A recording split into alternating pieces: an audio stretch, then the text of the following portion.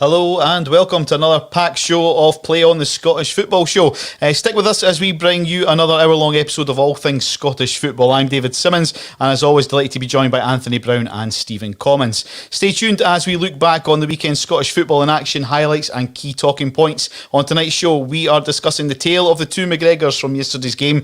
How can Celtic close the gap on rival Rangers? And like every week, we are fully live and interactive. We are desperate to hear from you. Get your comments in, let us know what you thought of yesterday's game. So drop us a message with all your views and events on tonight's show. Don't forget, if you're watching via YouTube, then subscribe to the State of Mind YouTube channel and get on over to Twitter and follow the Play on Scottish Football Show. Be much appreciated. So yes, we're going to start at Ibrox, where it finished Rangers 4, Celtic 1. Rangers stamped their status as Scottish Premiership's dominant side this season with their third Old Firm League victory of the season against 10-man Celtic. Allan McGregor sending off, and obviously Allan McGregor and goal, Stephen, were kind of the main talking points, and that's why we're discussing it on tonight's show.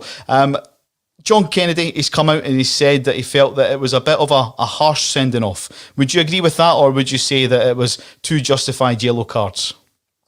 I would disagree with it completely. I think yet again, John Kennedy, following suit from old Neil Lennon, is trying to put up a pathetic attempt at a smokescreen to try and cover up what was an absolutely terrible performance from Celtic.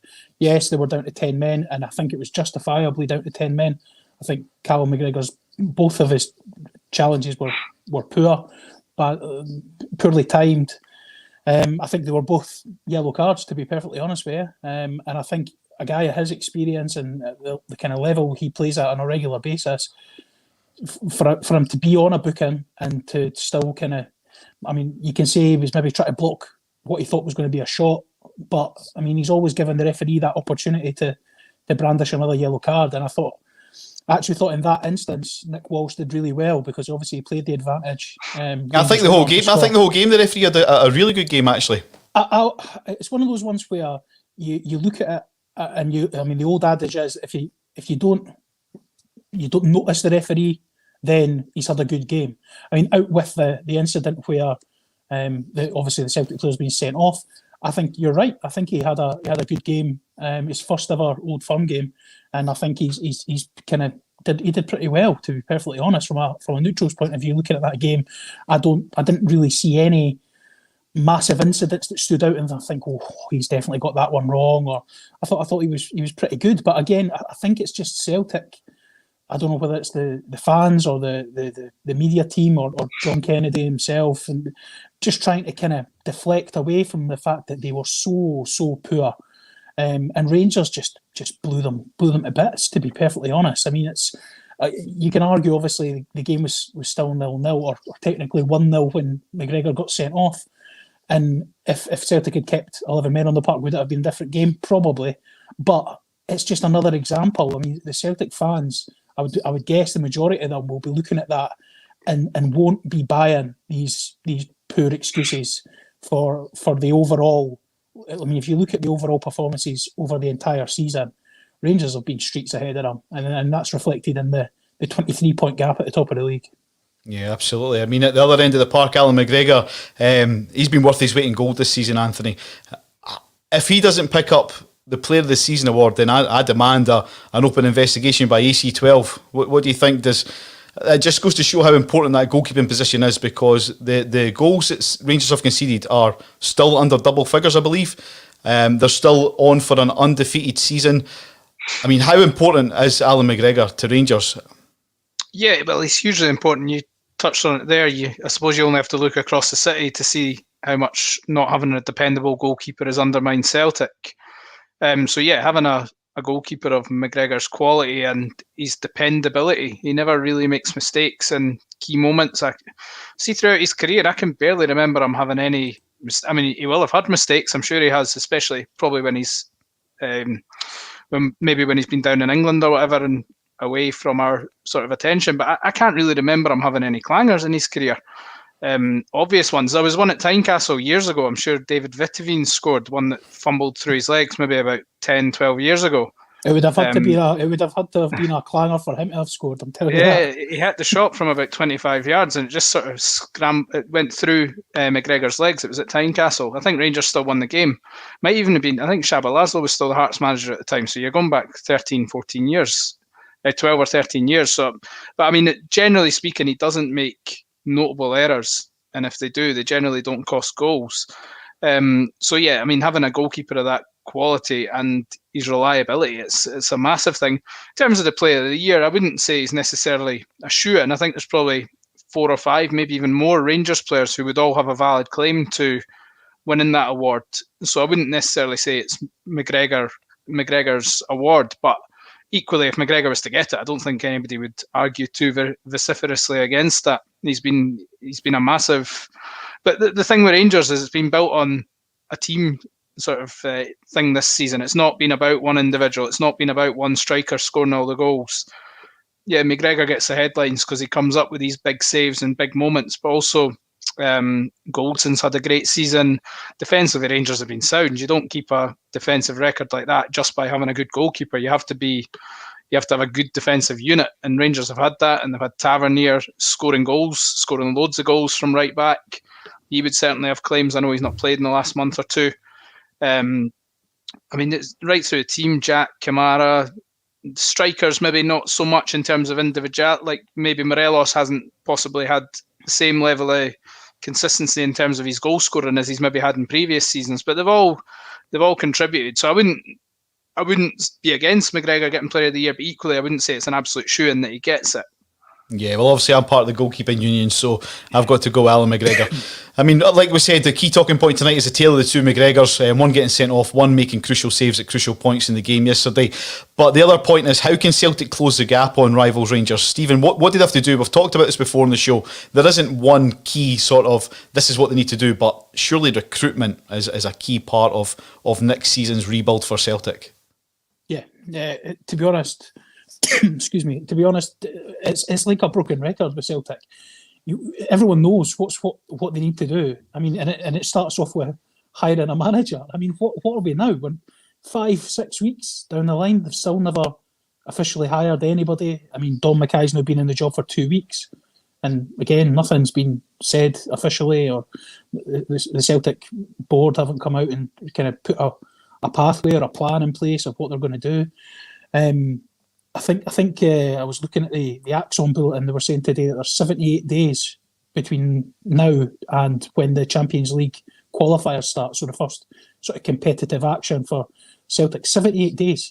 That is not a long time when you consider the scale of the rebuild job that not only they have to do off the park, but they are going to have to massively change things on the park. See what you're actually quicker doing. You're quicker going through that team that started yesterday and saying which of those players are A, good enough, and B, likely to still be there next season. And the ones in that category, I mean, I would guess maybe Greg Taylor, obviously Callum McGregor, James Forrest maybe. I mean, out with that, you've got a right back on loan. The Stephen Welsh is decent enough, but is he going to be a starting centre half for Celtic next season? You've got El Yunusi's on loan. You've got Edouard is potentially going to go. Ayer's potentially going to go. The goalkeeper needs addressed. It's a massive job. I mean, and the longer this goes on, and the longer they continue to drag their heels, for whatever reason it may be, and I don't for any second don't think that they have legitimate reasons for this. I mean, the thing that I would guess and kind of with my limited knowledge of it is that they are holding off on Bournemouth potentially not getting through the playoffs, so that Eddie Howe can get the staff that he wants that are still currently employed at Bournemouth to come.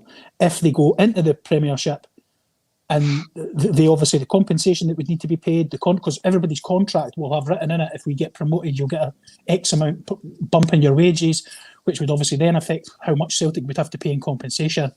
So I don't know whether Celtic are still weighing up that option. But to be honest, it gets to a stage where you have to look at it and go, have they backed the wrong horse here? Like, I'm not saying that Eddie Howe's not going to be a success, but just given the timescales involved, because I remember at the start of this whole process, there was the big argument on should they try and go for someone like Steve Clark or Roberto Martinez, And the sort of general consensus was, oh, no, we can't go for them because the Euros, they'll be managing at the Euros and they'll not be able to officially take over until after that. Well, the Euros are nearly upon us and they still haven't appointed a manager. So it's getting to a laughable stage now. And if a new manager does come in, even say he comes in tomorrow, it's still, he's got 77 days to try and probably put together 10, 11 new players and ship out guys on decent, getting decent money to try and finance this rebuild as well. So it is, I mean, it actually makes me feel a lot better about being a Hearts fan, and the kind of the scale of the job that's at Hearts at the moment when you look at what Celtic have got, because that is unbelievable. Yeah, there will be a big rebuild taking place at Celtic during these 78 days, like you say, Stephen, I'm sure. But one player we know for sure that won't be part of that is captain Scott Brown. He played his last Old Firm derby yesterday. He didn't have the best of games, Anthony, yesterday, but he has been a loyal, devoted servant to Celtic Football Club, and he's been invaluable over the years. He will leave on good terms, surely, won't he?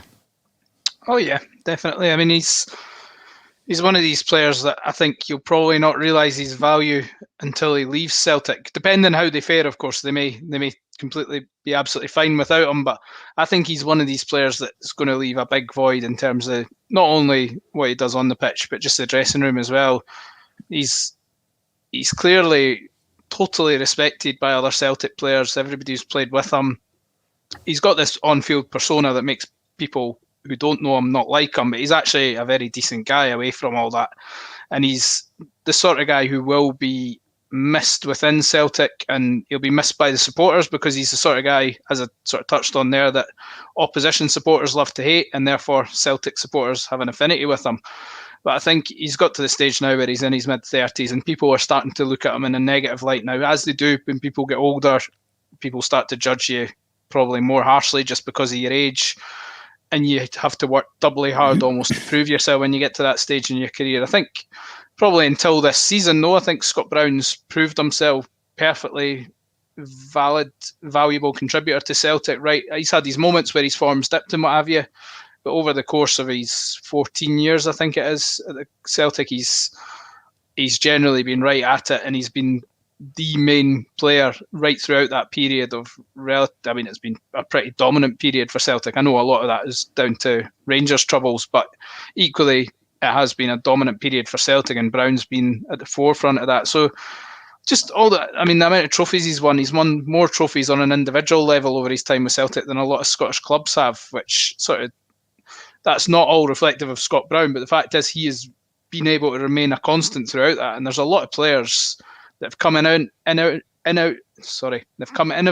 Celtic within that period, gone out of Celtic within that period, and probably retired. And Scott Brown, his longevity is a massive thing for me in terms of evaluating a player. It's an underrated commodity. I don't know if you call it a commodity, but it's an underrated quality, longevity, the ability to stay the course for a long period of time. Now, Scott Brown's had his critics throughout that period, but generally speaking, every manager who's come into Celtic over the last 14 years has rated him, valued him, and seen him as a key player in the team. The supporters, I'm sure there will be some Celtic supporters who would have probably had him shipped out a few years ago, but I think the vast majority will have really been glad to have him throughout this period. And I think the fact he's been able to stay the course for 14 years at a club where you need to win every week, you've got that pressure to be better than Rangers, to be better than everybody else in the country.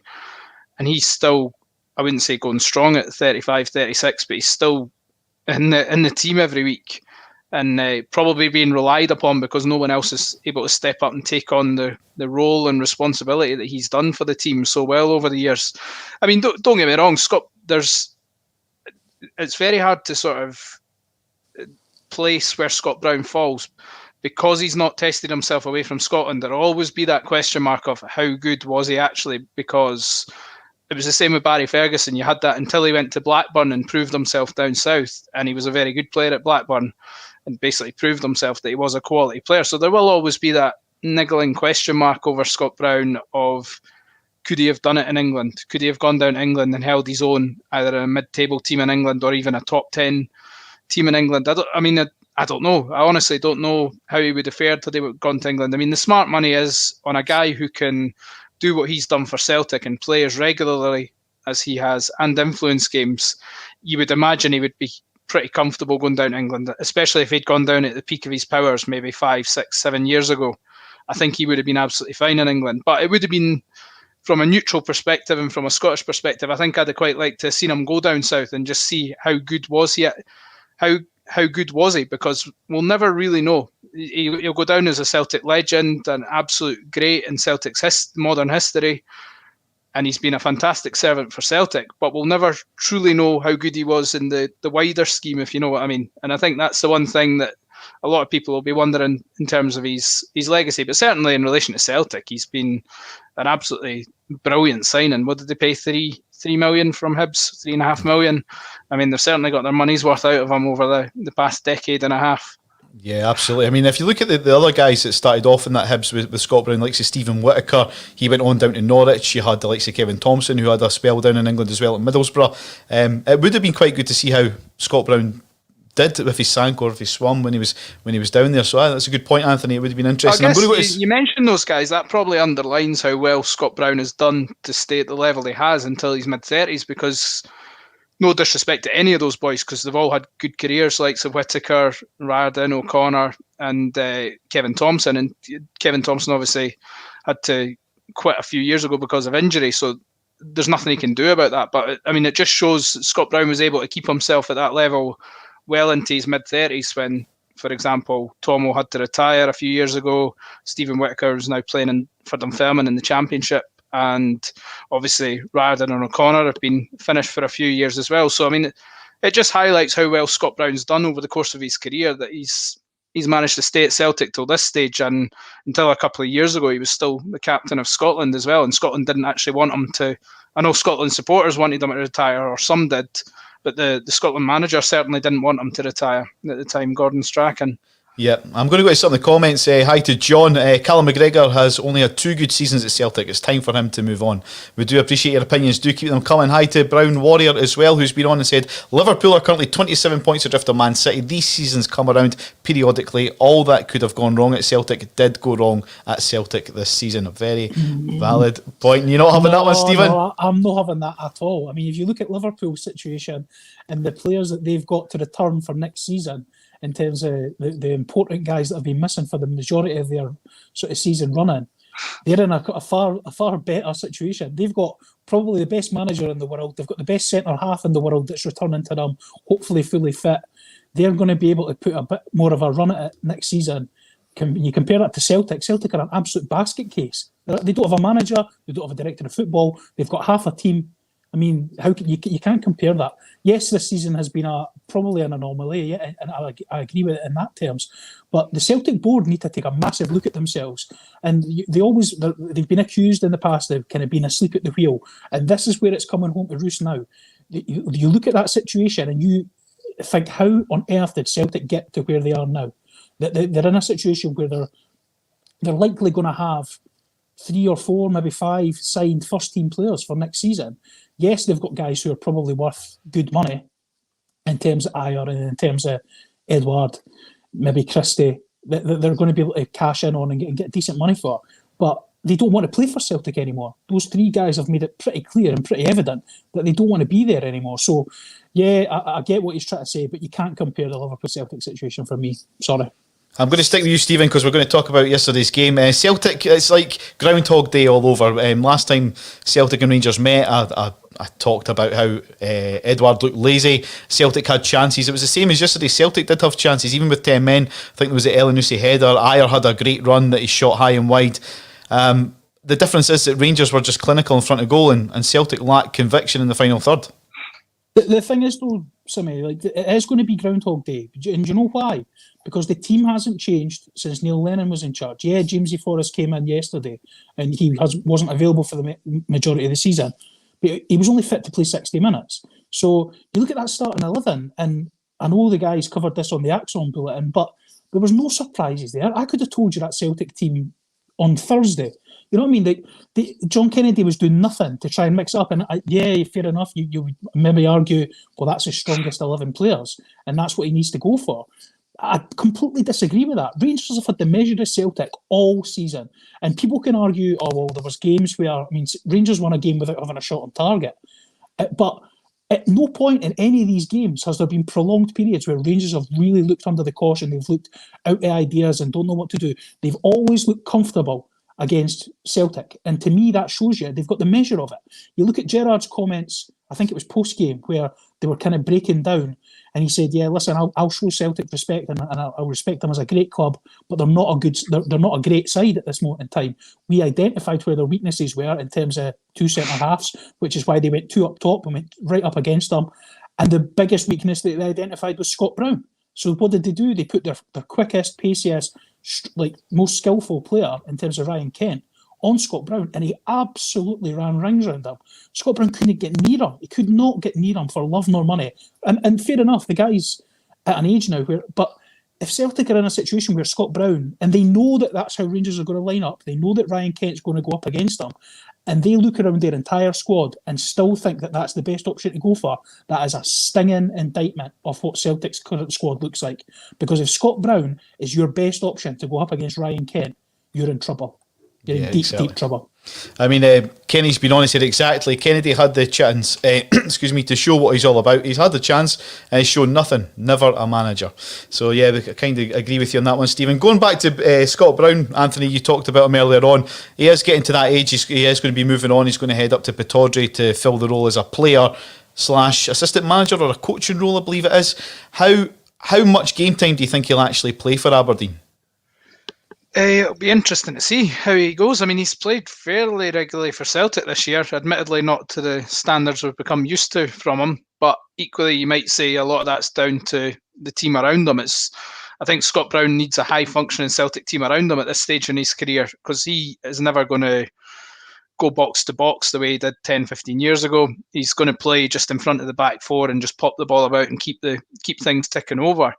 So I guess he's needing the rest of the team to be functioning to a good level to do for his work to look good, I guess. Whether he can get that scenario at Aberdeen remains to be seen. Obviously they're slightly ahead of Celtic in their rebuild in the sense that they've actually got a manager already in. They've got a management team. So I guess in some ways the expectations will be reduced being at Aberdeen in terms of he's not going to be demanded. There's not going to be that demand to win every week, but there is still going to be a demand from within from Scott Brown. He will be used to winning every week, so he's going to want to win every week. He's probably going to want to play most weeks, and if he's got an influence on whether he plays, he'll probably want to play, I would imagine. Aberdeen are a team at the moment that you would say are in a state of flux. They're going to qualify for Europe in probably fourth place, but they've not looked convincing. It's hard to have any real idea how they're going to look come June, July, start of next season. And to be honest, it's probably impossible to tell how often Scott Brown's going to play next season. But I think certainly if he is able to play, he can still have a positive influence, and his presence should be good for Aberdeen. I don't see it being a problem in any way. I guess it just depends, can he still galvanise people around him? Has he still got that aura? Will he have that aura for Aberdeen players? Will they look and say, oh, that's Scott Brown, I need to raise my game that extra wee bit? I'd imagine he would have that impact.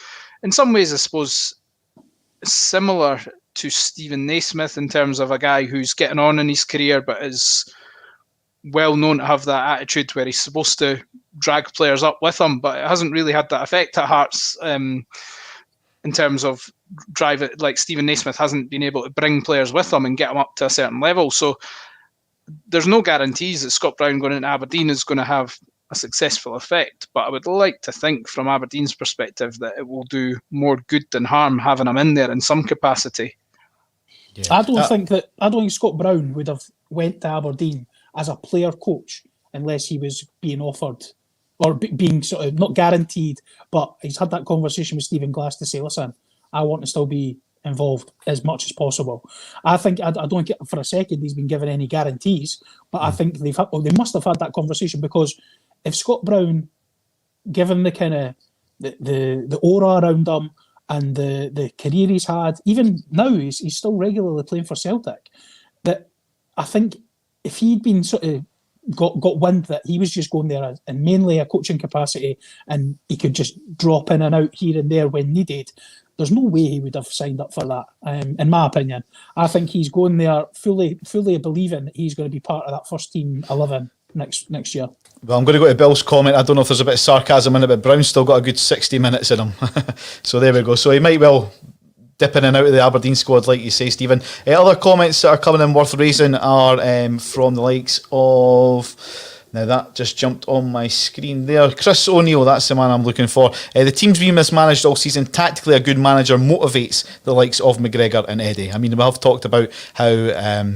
Edward kind of saunts about at time, looks like he's not motivated. So you're bang on, Chris. I think a good manager does get the best out of the players. And one thing I will say, just touching on a couple of scenarios from yesterday's game, Stephen, you had the likes of Ayer. I mean, it was easy to point the finger at maybe Bain for the second goal, but if you're really in it for Celtic and you're really playing for that jersey, he ducks out of the way at a shot that is, take one for the teammate. Take it in the face. Exactly. Yeah, it's a split second. It's literally, I mean, he's hit it with such sort of ferocity that it is a split second, but he ducks out the way. And I think one of the commentators said that Bruni would have taken that. Someone in the commentary did say that, and I agree with that. You've got to look at the Celtic centre halves of old: Mialbi, Valharan, Bobo Balde. You're not telling me any of those guys would have jumped out the way or ducked out of the way a shot like that. Not a chance.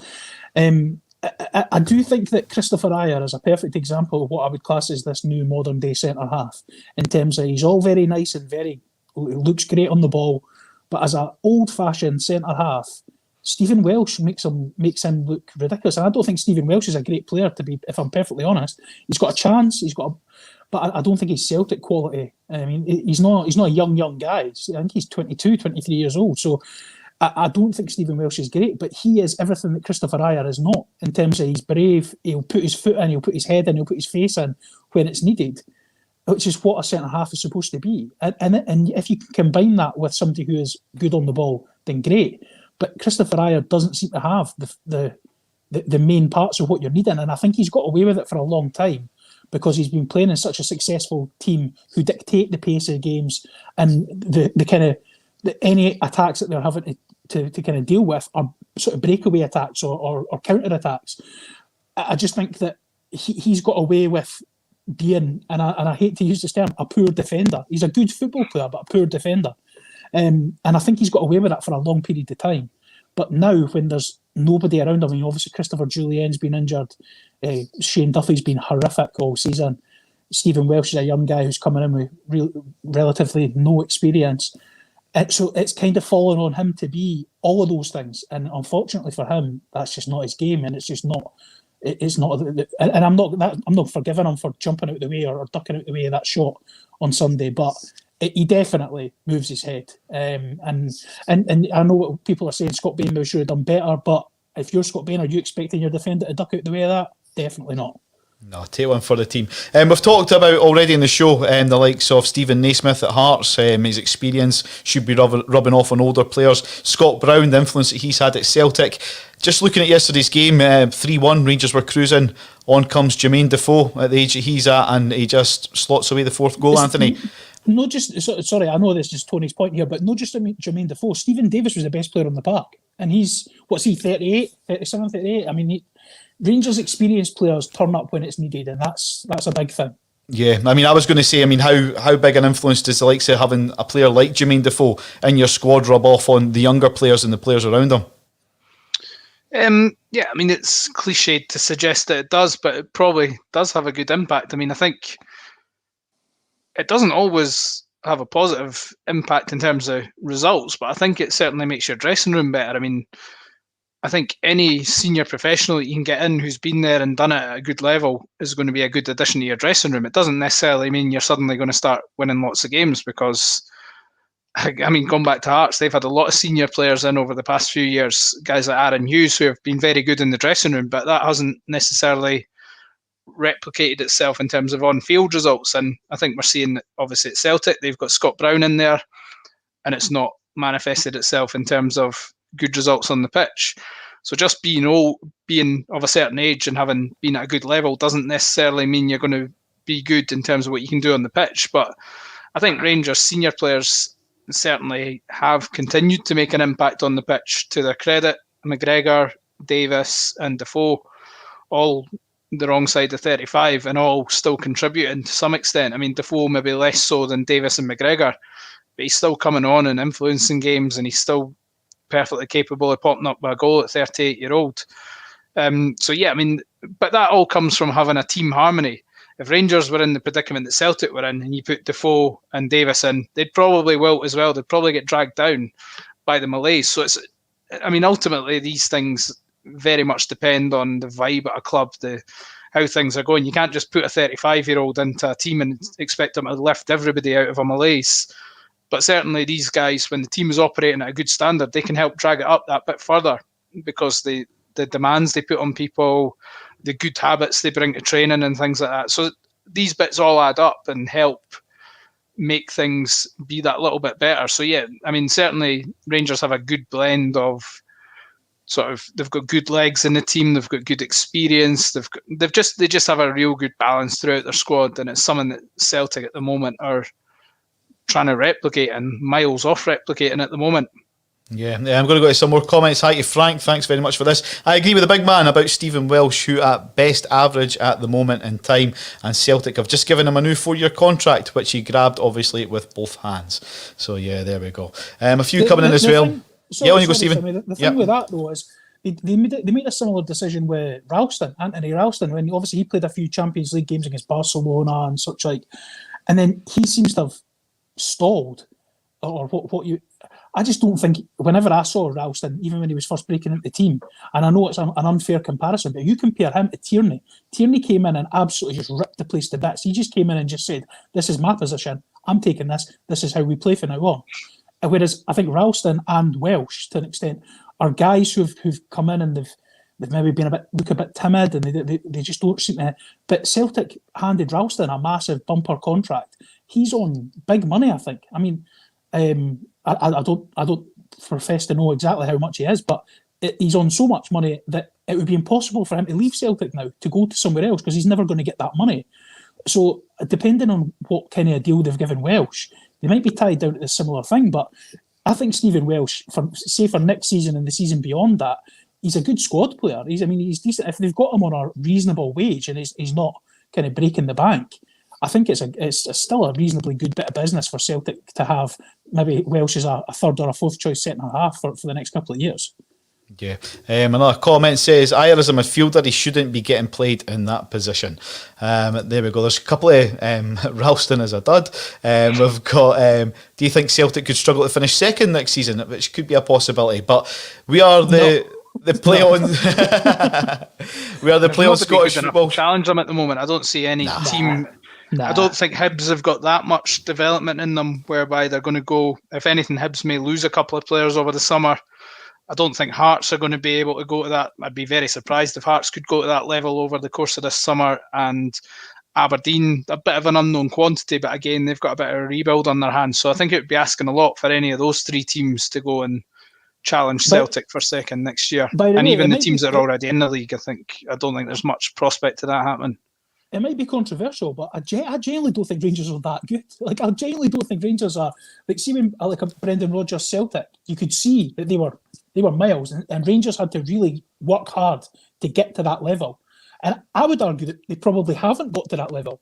Like, I don't think that this Rangers team is as good as Celtic's team under Brendan Rodgers. So Celtic have dropped that far that it just makes Rangers look that great. I don't think there's a massive amount of work to be done there to maybe catch up to Rangers. But the worry for me, if I was a Celtic fan, would be if Rangers can go and get 2, 3, 4 more good signings and augment that group, keep together all the players that they want, they could kick on and they could become another as strong as a Brendan Rodgers Celtic team. And then Celtic have just got even further to try and bridge that gap.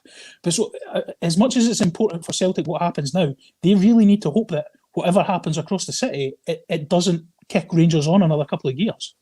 Yeah, exactly. I mean, as I was going to say earlier, we are the Play On Scottish Football Show. We touch on all key points to do with Scottish football. Obviously, one of the main ones was yesterday's game between Rangers and Celtic. We know things are wrapped up at the top of the table. At the bottom of the table, it is just as exciting, if not better, because, I mean, some of the results at the weekend, I'm going to start at St Mirren, where it finished. St Mirren 1, Hamilton 2. Now, Stephen, you've been quite vocal about Hamilton Accies and how, but I'm going to go to you with this one, Anthony. I mean, Hamilton Accies, their fight for top flight survival is like climbing Mount Everest with flip-flops, said manager Brian Rice. After 9 games without a win, bottom side Accies, they are just 2 points now behind 11th place Kilmarnock. Can they stay in the league, Anthony? Do you think there is a fighting chance that Hamilton Accies could remain in the top flight next season? Of course they could. Am I right in saying they've still got Kilmarnock to play? Yes. Yeah, that's a good man, Tony. You tipped them because you tipped Kelly for the Scottish Cup last week, and then they got panned out about 3 hours later. So you keep tipping Hamilton to stay up, please. That would be great. I'm not saying they will stay up, but of course, it's in their own hands, effectively, isn't it? If they were to win their last 2 games, they stay up, or they at least would get into a playoff.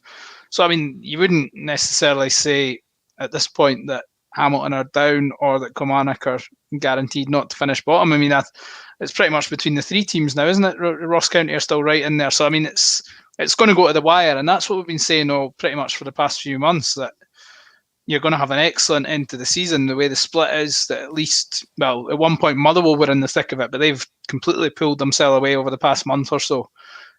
But now these 3 teams, Ross County, Kilmarnock and Hamilton, it's anybody's guess who's going to finish bottom out of those 3.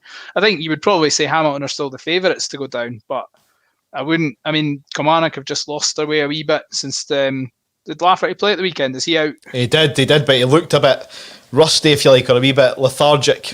Yeah, so I mean, it could just be something like that just that wee injury's taking the edge off them. Obviously, they lost the game against St Mirren last week in the Cup without Lafferty, and that's maybe knocked a wee bit of the wind out their sails. And then obviously they've had that defeat at the weekend there. So they were the team that were looking like they were going to follow Motherwell out of the bottom 2 and get themselves safe. But now all of a sudden you're looking, thinking, whoa, are they back in that rut that they were in earlier in Tommy Wright's reign and before Tommy Wright came in?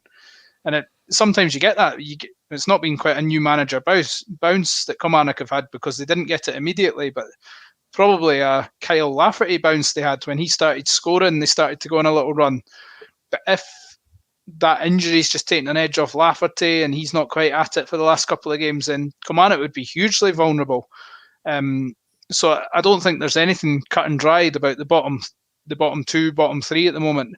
I think I would still say Hamilton are the likeliest team to finish bottom, but that's only because they're the team there at the moment and there's only 2 games to play. So it's logical to assume that, but I'm not as confident about Kilmarnock avoiding relegation now as I was maybe 3, 4, 5, 6 weeks ago. It's right up in there, and it's probably from a neutral perspective, it's what we want. 3 teams going at it to try and avoid relegation in the last two games of the season. Yeah, it's going to be an exciting finish. I'm just looking at the fixtures. I don't know if you're going to come on to this, Sammy, or no, but I'm just looking at the fixtures for the last 2 match days of the season. And then, like, obviously taking away the top 6 at the moment, you've got Hamilton play Kilmarnock on the last day of the season, which could be an absolute shootout. And then you've got Killie St Mirren and Hamilton Ross County. So they've got Ross County and Killie in their next 2 games, Hamilton. 2 teams, if they could win both those games, that pretty much guarantees them safety. Yeah. Yeah, I think it was Stephen Thompson on Sportscene had said that that's the position you want to be in. You want to be in Hamilton's position because it's in their hands. You don't need other teams to do you a favour. One thing from the weekend, we talked about favours. St Mirren, they've nothing to play for. So Jim Goodwin, he made numerous changes in that game against Hamilton. Would other clubs at the bottom, Stephen, do you think feel slightly miffed that the Paisley club done that, or is Jim Goodwin quite within his rights to make changes as he pleases? There's a kind of, it's a double-edged sword that you sort of say sporting integrity and all that, but surely Jim Goodwin is well within his rights. He's got a squad of players there. It's not like he's putting in 15-year-olds and 12-year-olds, and he's got guys who are part of his first-team squad. So if he's maybe needing to assess these guys for whether they're going to be part of his plans for next year, and so I would argue that he's quite within his rights. I mean, he's not like he's playing an outfield player in goals or anything like that. He's not doing anything ridiculous. He's putting guys who are paid professionals to go and do a job in a position that they play. So it's. I think he's well within his rights to make changes and kind of look at guys. And plus, they're in the Scottish Cup still, so they're probably definitely prioritising that at this moment in time. So if he's needed to, maybe guys are nursing little tweaks and twinges here and there, he's maybe needed to rest these guys up. I don't think anyone should have anything to say about that. At the end of the day, this is what he's paid to do. He's the manager of a football club, not just a manager of 11 or 12 players. He needs to manage the entire squad. So he's well within his rights to do that. Yeah, I mean, there was a few tasty results down the bottom of the table where it finished at Tannadice. Dundee United 0, Ross County 2, and Ross County manager John Hughes said his side stood up and showed real desire to move out of the Scottish Premiership bottom two. I mean, that's a huge result, isn't it, Anthony? Yeah, every victory these teams get, Hamilton, Kilmarnock or Ross County at the moment, is doubly massive. It's not just 3 points, it's the whole sort of momentum and the boost it just generally gives you at this vital time of the season when the tension's right cranked up, and you know that any defeat could be not necessarily fatal, but it probably could be fatal for Hamilton going forward. There, any defeat now could really kill them off. So I mean that's a huge result for Ross County. I mean, and they were probably a team that they've been very inconsistent under John Hughes, but I suppose that's what you expect of any team in the bottom six. But they've had moments where you think they beat Celtic and they beat Aberdeen earlier in his reign, and you think, they're just going to start motoring and get themselves safe. But they've never been able to do it. Every time they have a good result, they seem to revert to struggling against the team you might expect them to beat or to get a result against. So any result at this time of the season is massive for any team that's battling relegation. And that one, obviously, it's just hoisted Ross County out of the bottom two, and they've now got the initiative in the battle against relegation. But it looks like it's going to go at the very last day, especially between Kilmarnock and Hamilton. And Ross County could well still be in that mix if they were. Is it Hamilton v Ross County next week? Did you say? Yes, it is. Ross County versus Hamilton. Hi to Kenny, who's put a comment on. If Ross County beat Hamilton, they can't be automatically relegated. Big incentive. Yep, get that. There's another one here from Scott who's popped up and said, I still don't see Dundee or Raith Rovers beating Killie or Ross County in the playoffs. That's obviously on the basis that Hamilton finished bottom. I'm just looking as well. I mean, we're not going to go down this. Is Scott writing off Dunfermline as well for that as well? Are they not in the playoffs or not?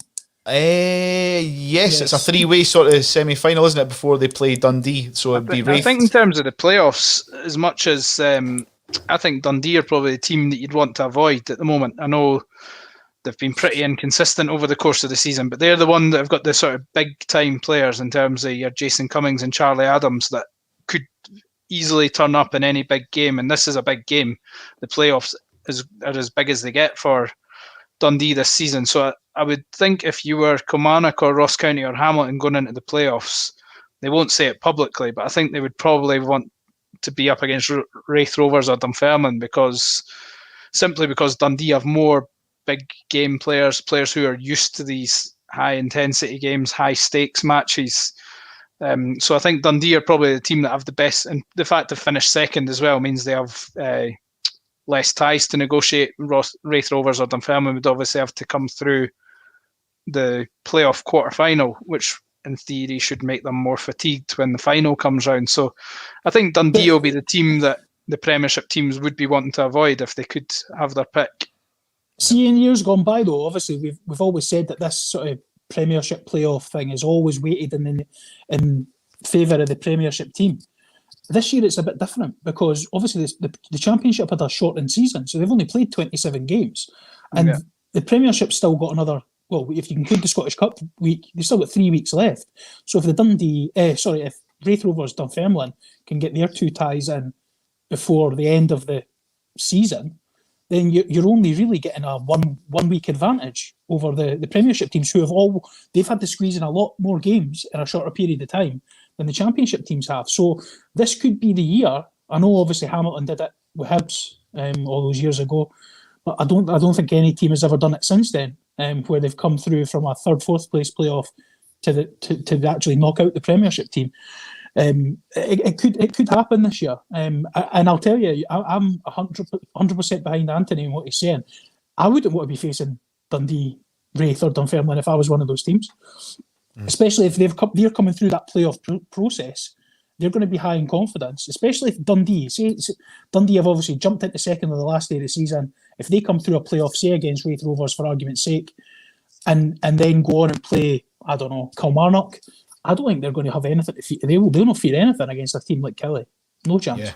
It's a talking point that we've discussed quite a bit over the weeks, and I don't want to get into it tonight, but Kenny said the 2 plastic pitches down please, and Scott's kind of agreed with him as well, so the plastic pitches need to go. So obviously we're talking about Hamilton Accies and Kilmarnock going down. And just pray that Wraith isn't the team that comes up, because they've got one and off. So. There we go. Scott's been back on, by the way. Forgot Dunfermline are playing against Wraith as well, so fair play, Scott. Thanks for the comment. We're going to move over to Easter Road now, Anthony, where it finished Hibs 0, St Johnstone 1. Callum Davidson admits his much changed St Johnstone win over Hibernian gives him a selection dilemma for next weekend's Scottish Cup semi-final. Glenn Middleton, one of the 7 players who were drafted in at the starting lineup, pounced on a Ryan Porteous error. Now, we were just discussing, obviously, last week how new and improved this season Ryan Porteous has been.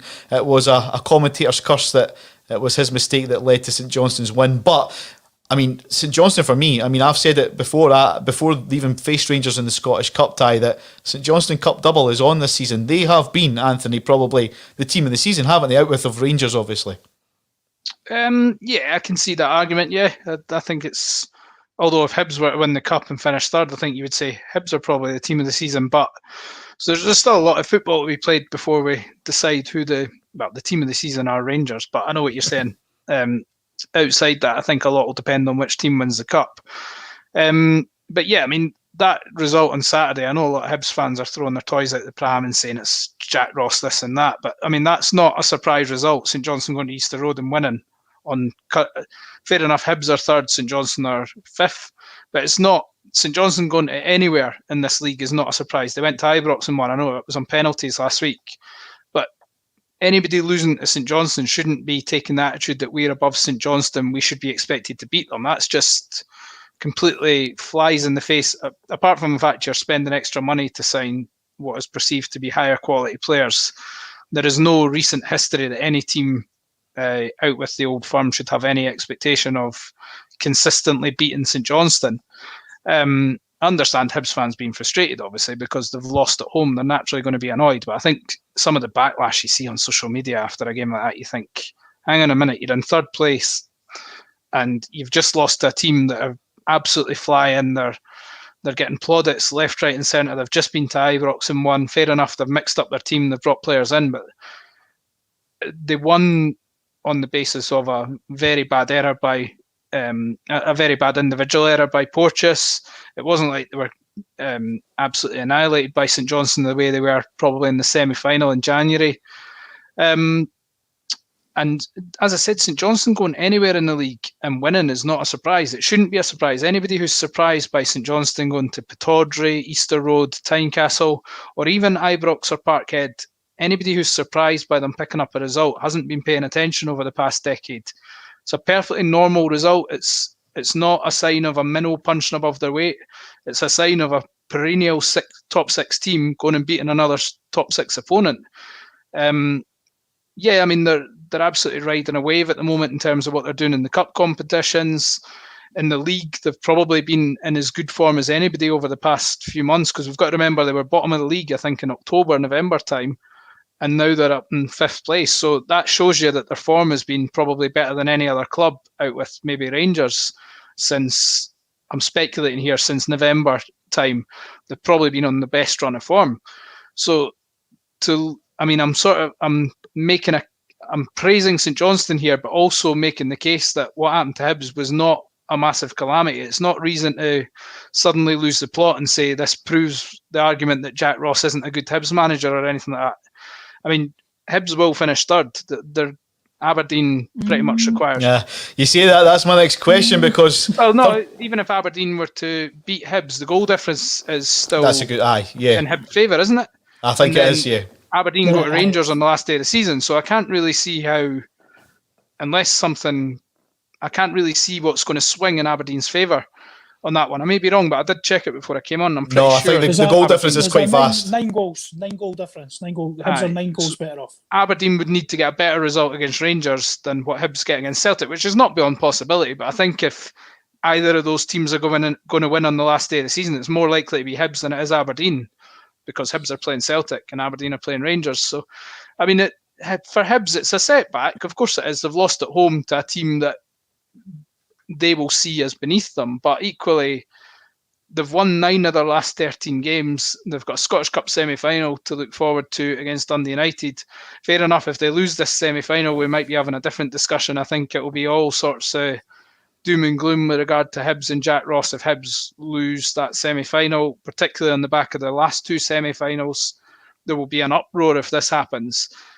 Hibs v Dundee United, it's not quite a flip of a coin game. I think Hibs will go in as relatively strong favourites, but it wouldn't be a massive upset if Dundee United were to win.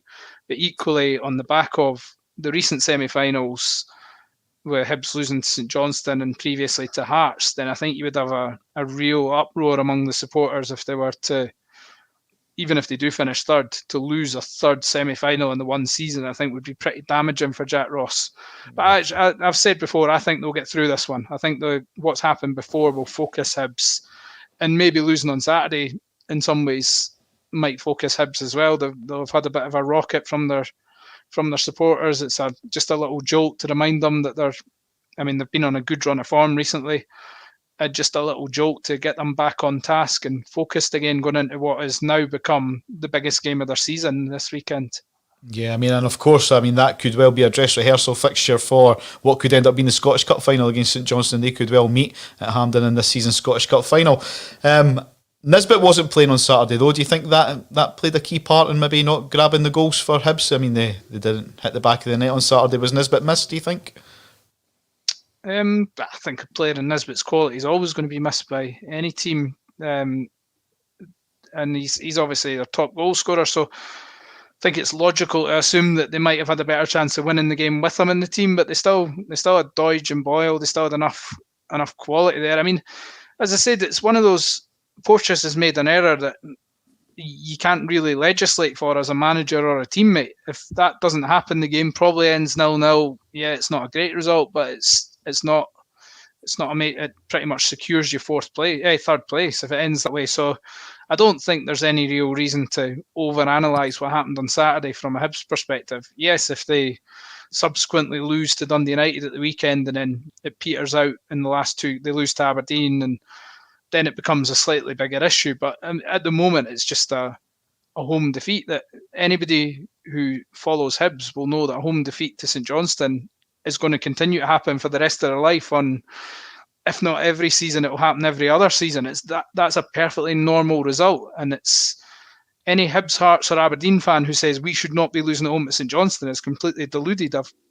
I've gone on about this for as long as this show's been on. There needs to be an acceptance that Hibs, Hearts and Aberdeen, just because they spend a few extra quid, have no divine right to beat any of those teams at home. And it just, for me, it was a perfect. I'm not saying I expected them to win, but I wasn't surprised in the slightest that they did win, especially when you look at the fact Hibs have generally been better away from home this season. Mm-hmm. Yeah, we're going to move over to Fir Park now, Stephen, where it finished Motherwell 2, Kilmarnock 0. And Kilmarnock manager Tommy Wright said his side got exactly what they deserved after slipping into the Scottish Premiership playoff place following the defeat at Motherwell. Devante Cole broke the deadlock at Fir Park before Stephen O'Donnell sealed the victory late on, making it 5 league wins out of 6 for the Steelmen. Graham Alexander, mate, he really is starting to get a tune out of his side now, isn't he? Well, he just won Manager of the Month as well. I think for the month previous to that, they hadn't even conceded a goal. So it was, whatever he's done in terms of tweaking it and finding players or finding a system that suits the guys he's got, he's done well. And I think that would bode well for next season. If you're a Motherwell fan, you're looking at that thinking, well, if he's getting a tune out of this group now, if he can keep the bones of this group together and maybe add guys that he knows or that he knows will maybe implement his system better, then you would be looking at that thinking we've got a great chance to kick on next year. But I still maintain that you would have said that was Stephen Robinson's Motherwell team in terms of the tune he got out of that team and the kind of the heights that he reached with them. And every single year he looked like he was adding bits and pieces, and he kept Turnbull and he kept Alan Campbell. But again, that's another thing. Alan Campbell will probably be walking out the door for free in the summer. He's a massive part of that Motherwell midfield. So, at the end of the day, Graham Alexander's done what he was probably put there to do in terms of trying to get that team as free from the relegation zone as possible, and just trying to get a relatively positive finish to the end of the season. And I think he's done that. Obviously, they lost out to Hibs in the Scottish on penalties, and that could happen to anybody. But you look at the narrative around that game where his team were 2-0 down and fought back, it just shows you that the players are probably playing for him, and he's getting as much. He's probably getting the maximum out of that group of guys. Yeah, no, I mean, one person I would be trying to keep hold of is Devante Cole. He's obviously son of former Man United striker Andy Cole. He's been very impressive in the latter stages of the season for Motherwell. And I think if, like you say, Stephen, if they can keep a hold of certain key players, then Motherwell could be decent for next season. We're going to cross over to Livingston. It finished Livingston 1, Aberdeen 2. Stephen Glass was delighted with his players' efforts after Aberdeen secured European football for next season with a victory over Livingston in the Scottish Premiership. We talked about Devante Cole there just now. But another player, Anthony, I don't know if you've seen much of him, is J. Emmanuel Thomas, the Jet.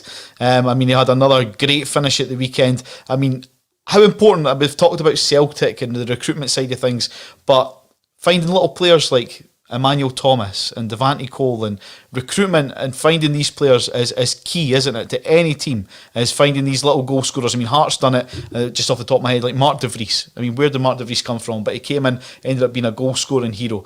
I mean, it's finding those players that aren't, for teams like Motherwell, like we say, Kyle Lafferty, players like Livingston. Recruitment is key in any football club, isn't it?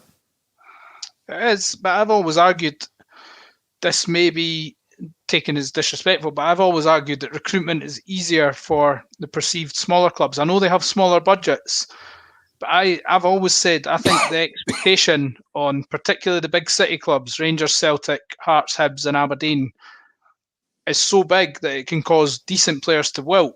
And I don't think you necessarily have that problem with clubs maybe of the size of Motherwell, Kilmarnock, Livingston, Hamilton, St Mirren.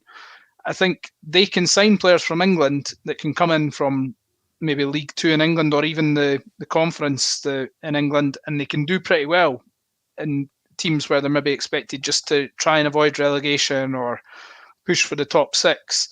For instance, Motherwell have made an absolute habit of going down to the English lower leagues and finding little hidden gems like the guys you've mentioned. I mean, they've had absolute dozens of them over the past decade that they've brought into the team. They've sort of hit the ground running, had a good season or two, and then invariably they'll move on to, I don't know, Hearts, Hibs or Aberdeen or whatever, and a lot of them just don't quite hit the heights. One example probably is Connor Salmon.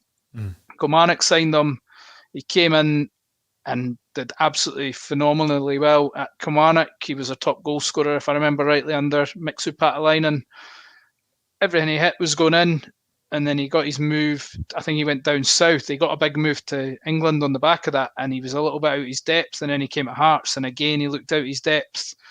But this is the same guy who was banging them in for fun at Kilmarnock. And this is my argument. People say, why is it so hard for Hearts to get their recruitment right? I just think they've got to factor in the expectation level, the pressure of playing for Hearts, which is something you can't really quantify on a bit of paper. Y-Scout can't really evaluate that. So, for instance, guys can go into... I'm maybe at risk of being disrespectful here at certain clubs, so I'm trying to choose my words carefully. But I just think it's far easier for a perceived smaller club in Scotland to take a punt on a guy they've never heard of, because I'm not that they've never heard of, but somebody who might be perceived as a bit of a risk, because he's probably going to get that bit more time to find his feet. The supporters, even if they don't rate him, are not going to be as loud and hostile. He's not going to have 15,000 people or 50,000 if it's at Ibrox bellowing at him if he has a bad first couple of games. They'll maybe be... I mean, Jordan Roberts is probably a prime example of a guy who has been unable to cut it at Hearts so far. I know there's no supporters in the stadium, but I think just signing for Hearts, there's instantly that expectation level that you have to perform at a certain level. You have to be bang at it every week. And I'm not saying that other clubs don't have that expectation, but inevitably the bigger club, the more expectation there is. And then you see Jordan Roberts goes into Motherwell and suddenly he looks like a real quality attacker, like a completely different player to what we've seen of him in a Hearts jersey. So I think I've probably gone off on a bit of tangent here, but the point is, I think it's slightly easier for the perceived smaller clubs to go out and take a little risk or a few more risky signings, Whereas especially Hearts, Hibs, Aberdeen, Rangers and Celtic, there's almost an expectation that signings must be ready to come in and hit the ground running. Otherwise, they get written off after 3, 4, 5 games, and it's very hard for players to turn that perception and win supporters over. I mean, you're only now seeing it with Gary Mackay-Steven, for instance, and he's a proven player. It's taken him the best part of half a season to find his way at Hearts, which I think shows how hard it is to go into a bigger club and make that impact in the early phase. Whereas I just think there's something about playing in front of smaller crowds, and I know this season maybe not the best example because there's not been any crowds in stadiums, and I've gone rambling on here. I've maybe lost a few people, but I hope my fundamental point got through there. Yeah, no, it did, mate. Recruitment and a good working culture combined with a trusting manager, that's exactly what you want. I've got a couple of comments here that might end a talking point with us. Scott, I think if Davidson wins the double, he might pip Stevie G to the manager of the year, and we couldn't really complain. Frank's obviously followed that one up as well by saying if Davidson and St Johnstone win the Scottish Cup to go alongside the League Cup in their trophy room, then undoubtedly has to be manager of the decade, never mind manager of the season. Now, Stephen, you're kind of shaking your head in disagreement. I mean, Stevie G is on course to go the season undefeated. But this is Rangers. This is a club the size of Rangers. We're talking about St Johnstone here, and without disrespecting what you've just said, Anthony, on par with the size of Rangers, St Johnstone are a smaller club, obviously. To win both the domestic silverware trophies, you can't. Listen, I agree. I agree that if he does do that, or if St Johnstone do that, it is massive, and it's one of the biggest success stories and Cinderella stories and probably in Scottish football history over at least the last 20, 30 years. And I think he should be massively respected for what they've done there. But given the job that Steven Gerrard and the Rangers coaching staff had to do over probably the most powerful Celtic team of modern day, in terms of quadruple treble winners. They had won 12 trophies in a row. 12 domestic trophies in a row. They'd won 9 league titles in a row. To be able to turn that round over cup competitions are cup competitions. They are. I mean, St Johnstone went through on a penalty shootout. That can go one way or another. It's you know what I mean. It's these slight moments on a cup run that takes you to these places. And winning a cup is not easy, but winning a league is even more difficult. It's over a 36 league game season. To me, you measure a team's success on not their cup prowess, but what they do over the season. And yes, St Johnstone, what a story it would be. And I massively take my hat off to him, and I think it would be one of the great success stories. But I still think that Steven Gerrard, if he goes unbeaten and wins a trophy away from what has been the most dominant domestic football team that we've had probably in my lifetime, then I think that you have to say that, unfortunately for Callum Davidson, it's probably still not quite enough in my eyes. Anyway, that's my opinion. I think you've won me round there. I was about to instinctively say if Davidson won both cups, he would be manager of the year, but I think you made a pretty compelling case for why Gerrard should get it. I think there's probably, in my eyes, after Stephen's defence there, probably 50-50. The romantic in me would want to go for Davidson because he's a double winner, but equally, I think it's easy to forget just how big a task that is that Gerrard's done. It's easy to say now that they've won the league by 20-odd points and that it's all been down to Celtic collapsing, but I think when you think where with Steven Gerrard, you'd almost be honouring his work over the past 3 years in terms of the whole turnaround to get to this point where they've been able to win the league. So in that regard, I don't think you could have any complaints if Gerrard gets it ahead of Callum Davidson. Well, it'll be interesting to see if St Johnstone do go on to win the Scottish Cup as well and make it a double, as I predicted. So, and thankfully we don't have to make the choice as to who gets manager of the year. So it'll be good to find out which way that swings. We've went over time-wise a little bit tonight, but just quickly looking at the Championship over the weekend, that finished Wraith Rovers 0, Hearts 4. Other results as well, Queen of the South 0, Dundee 2. I did want to talk a bit about Queen of the South, absolute diehard gem of a guy, Stephen Dobie, who's been an absolute great servant to the club. The fans showed up in their well, dozens, hundreds, however there was outside Palmerston Park on Friday night to pay respect to him. He's obviously moving away from Queen of the South. I think he's going to retire as well, but I always want to talk about him tonight. It's maybe one we can pick up on another show. Other results: Alloa 1, Dunfermline 0 was a bit of a shock result. Arbroath 0, Greenock Morton 0. Anthony, you were on press duties at that game. I believe it was a fascinating encounter, mate, was it? It was a bit of a slugfest, really. It was such a tense night because you could hear the scores. You were aware of the scores coming through from the Inverness Ayr game. Obviously, Ayr getting a result meant that Arbroath or Morton, one of them had to. Only one of them could avoid the relegation playoff spot. And by the time Morton became aware of that, they were down to 10 men. So it was very hard for them to go and actually get the winner in the end. I think the most enjoyable aspect of the game was the off-field stuff, because there must have been about 50 to 100 Arbroath fans watching from a verge across the road up in a park, and there was maybe about a dozen Morton fans had come down as well, and they were sort of climbing up the back of the stadium trying to watch over and letting off pyro and stuff like that. So there was you could feel there was a stuff going on outside, and then at the end, our Arbroath fans all came down to the main stand, and there was a big sort of party outside. They were letting fireworks and flares off, so it had a good big game feel about it in the end, but a very tense night. There was barely any chances in the game. You could feel the tension. The Gayfield San Siro. Yeah. Big Campbell was on good form afterwards, as you would expect. Oh, brilliant. Like you said, Anthony did finish Inverness, Cally Thistle 2, Ayr United 2.